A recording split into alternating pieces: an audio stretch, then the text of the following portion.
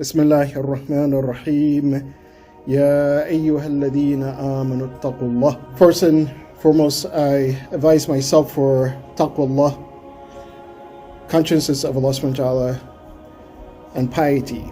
And then I advise each of you for taqwallah, consciousness of Allah subhanahu wa ta'ala, and to be pious.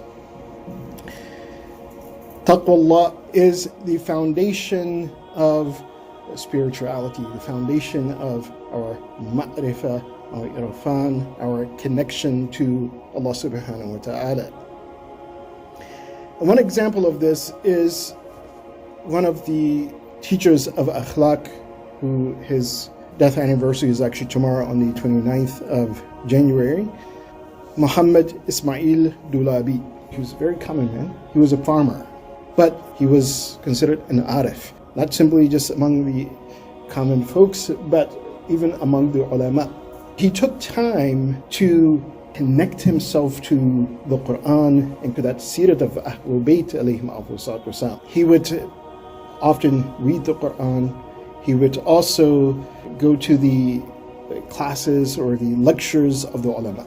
Among these scholars that Hajj Muhammad Ismail Dulabi, he would go and he would sit and was the classes of Ayatollah Shahabadi.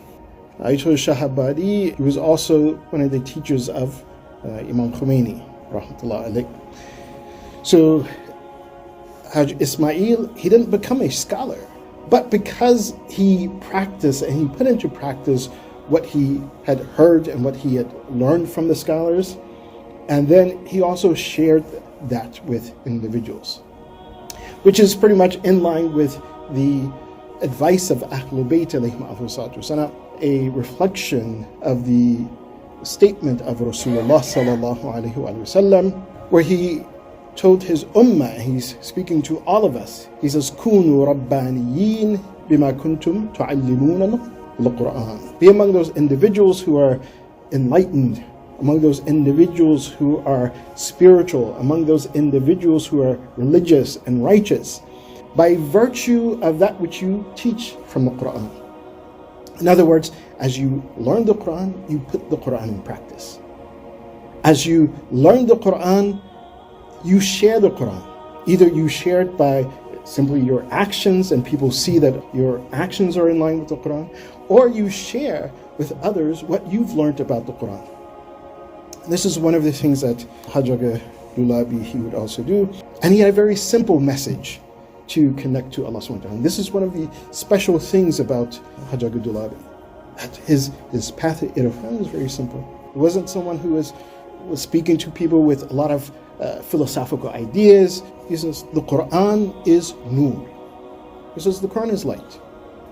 The Quran is illuminated. So therefore, read the Quran. Connect yourself with the Quran. And of course, he knew that at that time, he was born in 1904. Perhaps there were people who were farming and they couldn't read. So this is why it's important to understand how simply his message was to connect to Allah. He says, if you can read and understand the Quran, read the Quran. Whatever language, read the Quran and understand the Quran.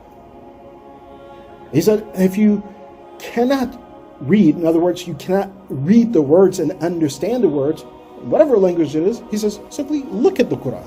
And he says, he says, I know that there are some people who perhaps they have been born with the disability that they can't see, they're blind. He says, and so what would you do? He says, touch the Quran. He says, because the Quran is nur, it's light.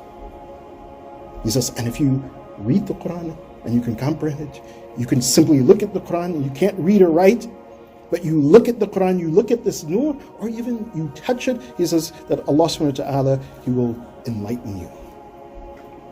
He will give you a connection. He says this is how you connect to Allah subhanahu wa ta'ala. And in this, perhaps you could say that the higher form, again, for those individuals who have that ability, as Imam Ali ﷺ says, read 50 verses, but he's saying, look, even for the simple person, don't think that, I can't do that, I can't achieve this. You say, look, here's the most simplest form. Whatever you can read and understand, you just read and write. He says, and do it every day. He says there shouldn't be a day that goes by that you don't even just look at the Quran. Even if perhaps you're busy, maybe you don't have time to maybe read. He says, look at the Quran. Just look at it. And connect with the Quran. Connect with Allah subhanahu wa ta'ala. Touch the Quran. Connect with Allah subhanahu wa ta'ala.